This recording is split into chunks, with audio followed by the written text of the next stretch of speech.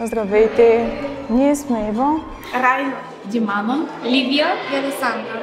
от 10 А клас сме на средно училище Цветан Радославов, град Свищов, с профил природни науки, частно от ученическият съвет и клуб миротворци в училището. Нашето училище е единственото в страната, което носи името на създателят на българският химн Цветан Радославов. Ние сме част от фолклорен танцов състав Творецът с ръководител Яво Розунов и решихме да подпомогнем детска градина Слънчо, като по проекта закупим 11 броя северняшки носи за момчетата, като подарък за тяхната 65-та годишнина.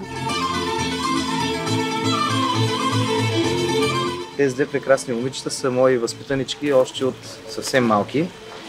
И това, което те са предприели да направят със своите преподаватели и учители от детската градина в училище, е една прекрасна инициатива.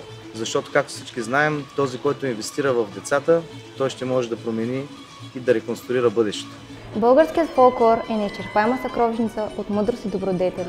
В училище научихме две неща, които учителите и родителите ни могат да ни завещаят. Едното са корени, а другото са криле. Готем с нашите традиции и празници. За нас те са бистро кладенче с жива вода. Възпитани сме така от малки и участваме в вълшебството "Деца помагат на деца".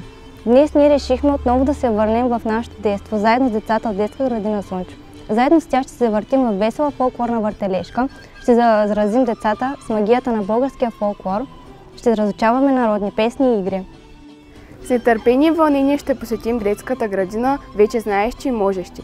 Ето я е госпожа Трифонова, директор на детска градина Слънчо. Добре дошли в детската градина отново. Много съм доволна, че се трудите за една добра кауза, която е свързана с опазването на традициите български.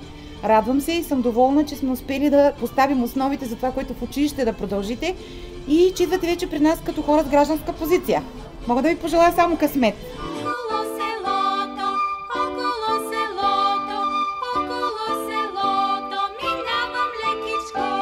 Учителите от детска градина Слънчо запалиха искрата в нас още от малки и се гордеем, че заедно с тях, обединени, ще завърнем българските традиции.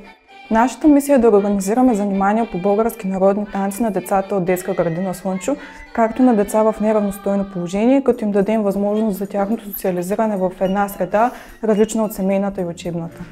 Ще пеем, ще танцуваме и ще играем народни песни и танци и заедно ще запазим народните традиции. Ще научим малките слънчовци на българския музикален танцов фолклор, а те ще популяризират българските традиционни и народни обичаи. Нашият роден град Свищов е град на десетки първи начинания, град на будители и дарители. Нека бъде така и за в бъдеще. Не се откъсвайте от корените си, носете ги в сърцата си.